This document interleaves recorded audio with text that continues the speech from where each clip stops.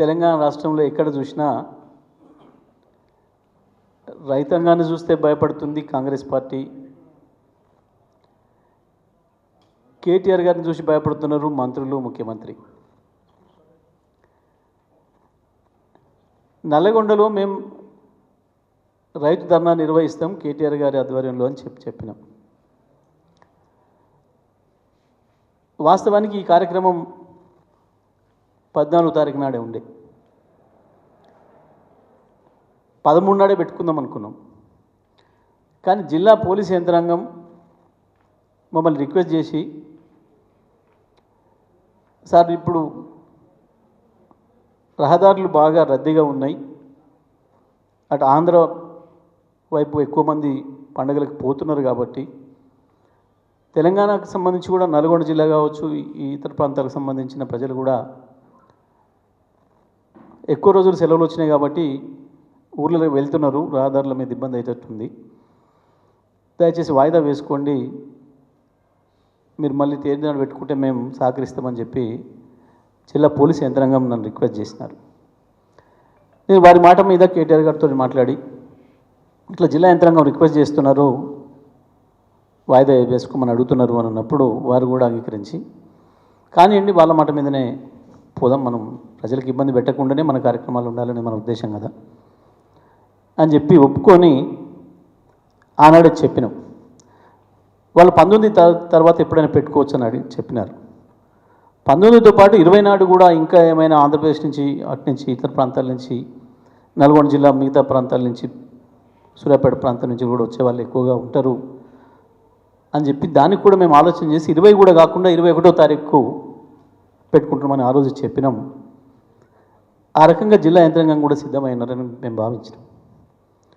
కానీ ఇవాళ రాత్రి మరి ఏ ఒత్తిడి వచ్చిందో, ఎక్కడి నుంచి ఒత్తిడి వచ్చిందో పొద్దున్నే చేతులు ఎత్తేసి మేము ఇవ్వలేకపోతున్నాం, మాకు ఈ కారణం ఆ కారణం అని చెప్పి వంకలు పెట్టి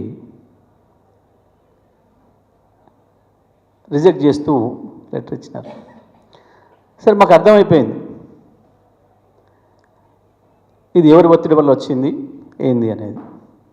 సరే, మేము దాన్ని న్యాయపరంగా, చట్టపరంగానే మేము పోదామని చెప్పి ఈరోజు హైకోర్టులో కూడా మూవ్ చేసినాం. కాసేపట్టు తేలుతుంది, హైకోర్టు నిర్ణయం ప్రకారమే మేము ముందుకు పోతాం. కానీ పాపం జిల్లాకు సంబంధించిన మంత్రి కోమటిరెడ్డి వెంకటరెడ్డి పాపం ఇంతకుముందు మీడియా ముందు మాట్లాడుతూ చాలా చెత్త మాటలు మాట్లాడాడు. రైతులు ఎవరిని ఉరికించి కొడతారు? వెంకటరెడ్డి, నువ్వు కనుక ఇవ్వాలా ఒక్కసారి పోలీసుల్ని, మీ యంత్రాంగాన్ని పక్కన పెట్టి ఎక్కడికైనా పోయి, ఉమ్మడి నల్గొండ జిల్లాలో పోతావా, నీ నల్గొండ నియోజకవర్గంలో ఏదైనా గ్రామానికి పోతావా, ఒక్కసారి రైతులతో మాట్లాడి మళ్ళీ వెనక్కిరా, నీ బట్టలు యాజ్ ఇట్ ఈజ్గా ఉంటాయని చూద్దాం. మీరు చేసిన చెత్త పనులకు, మీరు చేసిన చెత్త వాగ్దానాలకు, జిల్లాలో నువ్వు చేస్తున్న మోసానికి, నువ్వు చేస్తున్న ద్రోహానికి రైతాంగం ఎదురు చూస్తున్నారు. ఎప్పుడు అవకాశం దొరుకుతుందా వాళ్ళ చేతులకు, చెప్పులకు పని చెప్దామా, నువ్వు ఎప్పుడు దొరుకుతావా అని చూస్తున్నారు. సిగ్గుండాలి మాట్లాడడానికి. నీ నిర్వాకంతో జిల్లా రైతాంగం మొన్న యాసంగికి ఎంత నష్టపోయినరో, ఇప్పుడు వానకాలం ఎంత నష్టపోయినరో, పంట అమ్మకాలలో అందరు చర్చ చేసుకుంటున్నారు. జిల్లాలో నేను మంత్రిగా ఉన్ననాడు కేసీఆర్ గారి ఆదేశాల మేరకు ఎప్పుడు పంట వచ్చినా ప్రతి పంట సమయంలో దాదాపు నెల 15 రోజులు ప్రతిరోజు రైతులెమ్మటి, వడ్లెమ్మటి, మిల్లర్లను ఎప్పటికప్పుడు సిద్ధం చేస్తూ, కరోనా సందర్భంలో హమాలీలు లేకపోతే కూడా బయట రాష్ట్రాల నుంచి, బయట ప్రాంతం నుంచి హమాలీలను తెప్పించి ఎక్కడ కూడా ఒక నిమిషం కళ్ళాలలో ఆగకుండా కాంటా వేసిన వడ్లు మిల్లకు పంపించి మద్దతు ధర కంటే ఎట్టి పరిస్థితుల్లో ₹1 తక్కువకు అమ్మడానికి వీలైన పరిస్థితులలో పనిచేసి, తడిసిన ధాన్యాన్ని కూడా మిల్లర్లను రిక్వెస్ట్ చేసి, మీకు ఆ మందం నష్టం వస్తే ఇంకెక్కడైనా చూసుకోండి, కానీ రైతు ధాన్యాన్ని, ఒక బస్తా ధాన్యం కూడా ఆపొద్దు అని చెప్పి కొన్ని సందర్భాల్లో మొలకెత్తిన ధాన్యాన్ని కూడా రైతుల నుంచి తీసి మిల్లర్లకు మాట్లాడి ఏదో ఒక పద్ధతుల్లో అమ్మించినాం, రైతు నష్టపోకుండా చూసినాం. కానీ సంవత్సర కాలంలో ఇప్పటికి 2 సార్లు రైతాంగం 1800, 1600, 1700 కూడా అమ్ముకోవాల్సిన దుస్థితి నువ్వు కల్పించినావు. మిల్లర్లతో కుమ్మక్కై దాదాపు వాళ్ళకాడ 300-400 కోట్ల రూపాయలు దొబ్బి మిల్లర్ల దగ్గర రైతులను దళారీలకు వదిలేసి రైతులను నాశనం చేసింది నువ్వు. ఇవాళ చర్చ చేసుకుంటున్నారు మొత్తం జిల్లా రైతాంగం అందరూ కూడా, ప్రతి ఒక్కరు చర్చ చేసుకుంటున్నారు. ఆ రోజు ఏముండే, ఈ రోజు ఏముండే, ఎట్లా ఉండే అనేది సిగ్గుండాల మాట్లాడడానికి. నిజమే, ఎందుకు లాగుదడుస్తుంది నీకు ఇవాళ కేటీఆర్ వస్తాడు అంటే? మొన్నటిదనక మా మిత్రులు ఇతరులు చెప్తుంటే విన్నా నేను చాలా సందర్భాల్లో, నువ్వేదో తాగి లాగుదడుపుకుంటావని. కానీ ఇప్పుడు కేటీఆర్ వస్తుండే లాగుదడుపుకుంటున్నావు, బీఆర్ఎస్ జెండాను చూస్తే లాగుదడుపుకుంటున్నావు. ఎందుకు? నీకు చేతనైతే దమ్ముంటే జిల్లా యంత్రాంగాన్ని చెప్పించి పర్మిషన్ ఇప్పి. నీ వల్లనే, నీ ఒత్తిడి వల్లనే అనుమతి రద్దయిందనే సంగతి నాకు తెలుసు. కానీ ఎక్కువ రోజులు ఆపలేవు. ఇంకోటి ఏంది, వాళ్ళు రాసిన కారణం ట్రాఫిక్ ఇబ్బంది అయిందట. నల్గొండ క్లాక్ టవర్ సెంటర్లో తెలంగాణ ఉద్యమం ప్రారంభమైన ముందు నుంచి, ఇంకా అంతకంటే ముందు నీ కాంగ్రెస్ పార్టీ పెట్టినా, కమ్యూనిస్ట్ పార్టీలు పెట్టినా, తెలుగుదేశం పెట్టినా, బీజేపీ పెట్టినా, ఇంకా ఏ ఇతర ప్రజా సంఘాలు చేసినా అక్కడే కదా అందరం కార్యక్రమాలు చేసింది, రాజకీయ కార్యక్రమాలు, జేఏసీ కార్యక్రమాలు సంవత్సరాల తరబడి. ఇంకా ఆ రోజు కంటే ఇప్పుడు వెడల్పు ఎక్కువైంది. ఇప్పుడు పార్కింగ్ ప్లేస్ కూడా ఎక్కువ వచ్చింది. దేనికి భయపడుతున్నావు? ఎందుకు తప్పుడు రాతలు రాయించి వంకర రాతలు రాయించినావు? అయినా ఇంకో మాట కూడా అడుగుతున్నా నేను, ముఖ్యమంత్రి, డిప్యూటీ సీఎం, ఇతర మంత్రులు ఇక్కడ హైదరాబాద్ నడిబొడ్డులో ఈడీ ఆఫీస్ ముందర ధర్నా చేయడానికి అనుమతి వస్తుందట, ట్రాఫిక్ ఇబ్బంది లేదట. రాజ్భవన్ దగ్గరికి కిలోమీటర్ కొద్దీ పాదయాత్ర చేసుకుంటూ ఇంతమంది హంగామాతోని సెక్యూరిటీతో పోయి చేస్తే ఇబ్బంది కాలేదట ప్రజలకి ధర్నాలు చేస్తే.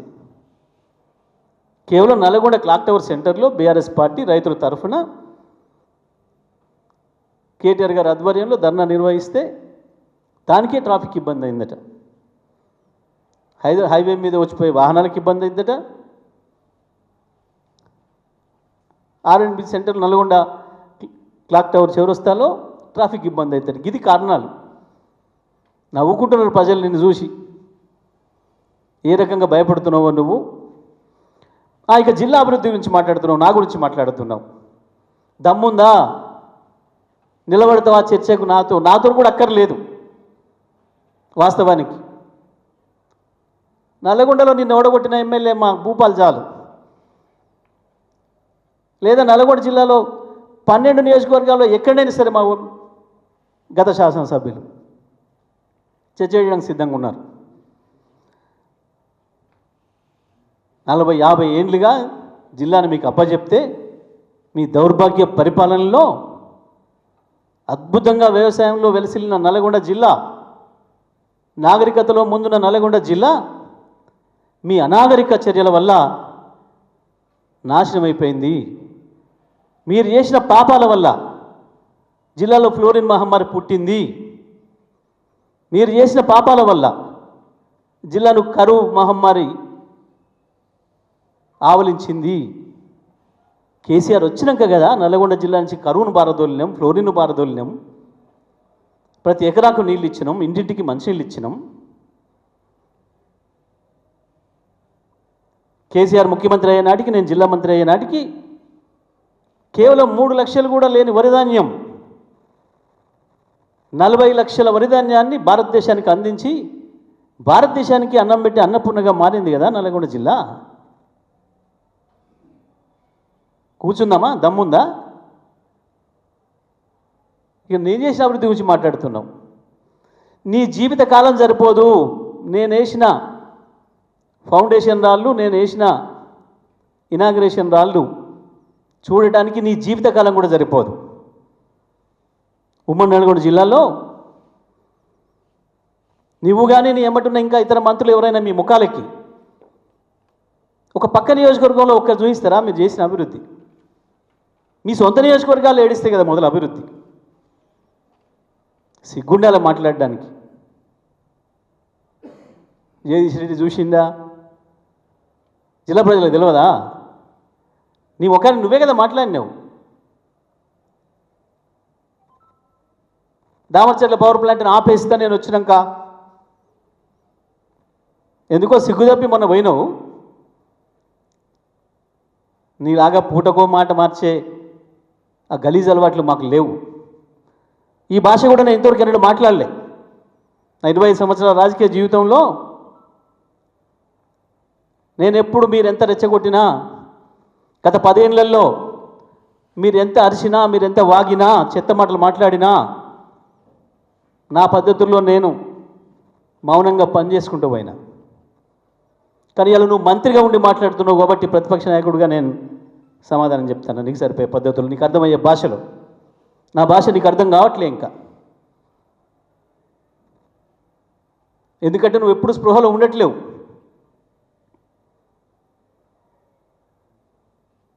ఇట్లా ఏదైనా నీకు అర్థమైందని చెప్తున్నాను ఈ భాషలో. పెడదామా జిల్లా?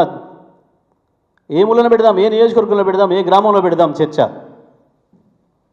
చెప్పులతో నిన్ను కొడతారా, ఇంకోటి కొడతారా చూద్దాం.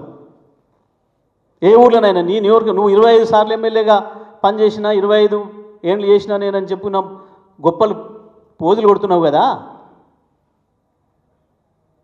సరైనోడు దొరకక గెలిచి నువ్వు ఒకటేసారి కథం పట్టించిండు మావాడు.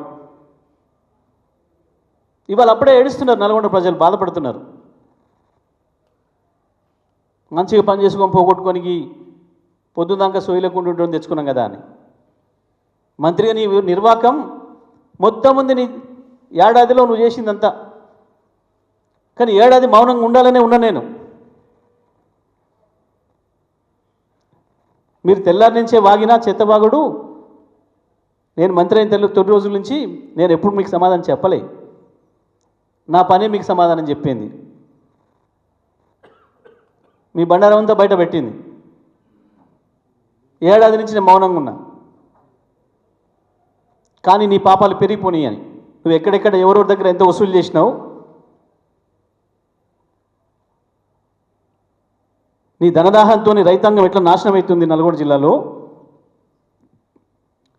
నువ్వు దళారుల దగ్గర, మిల్లర్ల దగ్గర డబ్బులు దొబ్బి రైతాంగాన్ని గొర్రెలను అప్పచెప్పినట్టు ఎట్లా అప్పచెప్పినావు కసాయిలకు. అన్ని విషయాలు ఉన్నాయి. నాకు వ్యక్తిగతంగా మాట్లాడే అలవాటు లేదు ఎప్పుడు. కానీ ఇవాళ నువ్వు మంత్రిగా నువ్వు దుర్మార్గాలు చేస్తూ దొంగని అరిచినట్టు నీ చేతగాక నీ రండతనంతో పోలీసులు అనుమతి ఇవ్వకుండా చేసి ఇప్పుడు మాట్లాడుతున్నావు. రాబిడ్డ చూద్దాం, పోదాంప ప్రజలకి. నేను ఒక్కనే వస్తాను, ఒక్కడే రా, ఇద్దరం కలిసిపోదాం. ఉమ్మడి నల్గొండ జిల్లాలో ఏ గ్రామానికైనా సరే.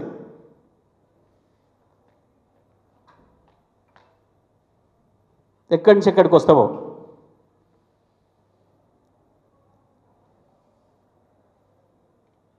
సోయి తెచ్చుకొని మాట్లాడు ఇప్పటి నుంచి. సోయిలో ఉన్నప్పుడే మాట్లాడు, సోయి తప్పిన మాటలు మాట్లాడకు. లేవా అభివృద్ధి కార్యక్రమాలు కనబడతలేవా? ఒక్క మెడికల్ కాలేజీ పేరు మీద 3 సార్లు మోసం చేసినావు నల్గొండ ప్రజల్ని. కానీ మేము హామీ ఇవ్వకుండానే తీసుకొచ్చినాం. ఒక్కటి కాదు 3 తెచ్చినాం జిల్లాకు. మీ ముఖానికి ఒక్కరొక్కరిని 25 ఏళ్ళు 30 ఏళ్ళు ఎమ్మెల్యేలు గెలిపిస్తే పెరిగారు. ఇంత భారీ ఆకారాలు పెరిగినాయి, మీ ఆస్తులు పెరిగినాయి. కానీ నల్లగొండ జిల్లా నాశనం చేశారు కదా. నల్లగొండ జిల్లా ప్రజల మూలుగను పీల్చుకొని తిన్నారు కదా మీరు. అందుకే తడుస్తున్నాయి లాగులు. కేటీఆర్ వస్తే నా బహిరంగం అయిపోతుంది, నా భాగవతం అంతా బట్టబయలు అవుతుందని కదా భయపడుతున్నావు. వెంకటరెడ్డి మాట్లాడేటప్పుడు ఒళ్ళు దగ్గర పెట్టుకో. మంచి సోయిలో ఉన్నప్పుడే మాట్లాడు, సోయి తప్పి మాట్లాడకు ఇంకోసారి మాతోని. తప్పకుండా కోర్టు అనుమతి కొరకు చూస్తున్నాం. కోర్టులో ఏం జరుగుతుందో దాన్ని బట్టి కోర్టులో న్యాయం జరుగుద్దని ఆశిస్తున్నాం. తప్పకుండా కోర్టు నిర్ణయం మేరకు మా ధర్నాను కొనసాగిస్తాం. మీ ఏడాది పరిపాలన భాగవతం అంతా కూడా బట్టబయలు చేస్తాం.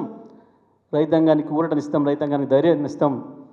మీ నిర్వాహకం వల్ల చచ్చిపోతున్న, రాష్ట్ర వ్యాప్తంగా చచ్చిపోతున్న రైతులకి 2014 ముందు ఉద్యమంతో కేసీఆర్ ఎట్లయితే ధైర్యం ఇచ్చుకుంటూ వచ్చిండో, అండగా వండుకుంటూ వచ్చిండో, 2001 నుంచి రైతు సోదరుల తెస్తా, తప్పకుండా తెలంగాణ తెస్తా, రైతు రాజ్యం తెస్తా, ధైర్యంగా బతుకుండని ఎట్లయితే చెప్పిండో కేసీఆర్ అన్నాడు, ఆ పద్ధతుల్లోనే అద్భుతంగా వ్యవసాయాన్ని భారతదేశానికి ఒక రోల్ మోడల్గా చేసిండో, ఒక ఆత్మస్థైర్యాన్ని ఇచ్చిండో, మళ్ళీ ఇవాళ అదే పద్ధతుల్లో కేటీఆర్ గారి నాయకత్వంలో తప్పకుండా ఈ రాష్ట్ర రైతాంగానికి ధైర్యం ఇస్తాం, అండగా నిలబెడతాం. మీ కాంగ్రెస్ పార్టీ, మీ ప్రభుత్వం చేస్తున్న మోసం నుంచి, దుర్మార్గాల నుంచి ప్రజలను ఐక్యం చేసి మళ్ళీ రైతు రాజ్యం తెచ్చే వరకు కొట్లాడుతూనే ఉంటాం.